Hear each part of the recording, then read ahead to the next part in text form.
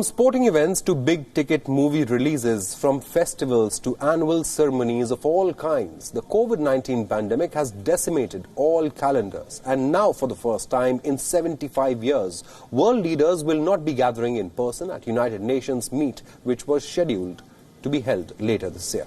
The President of the United Nations General Assembly has stated that world leaders will not be gathering in New York for the body's annual meeting, which was scheduled to be held in late September.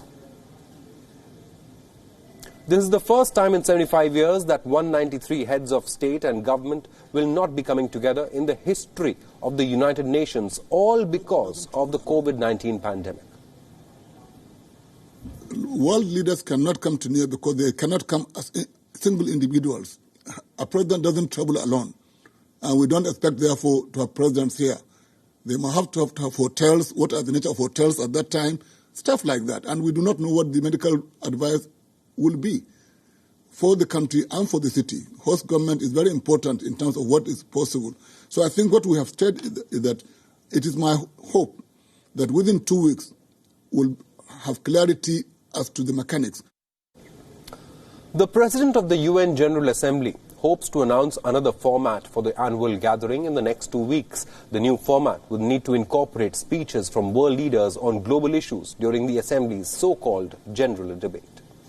UN Secretary General Antonio Guterres had earlier recommended that the event be scaled back in light of this pandemic. In a letter to the General Assembly, President Guterres had earlier suggested that world leaders deliver pre-recorded messages and be represented by only one New York-based diplomat from each member nation to avoid the risk of infection during travel.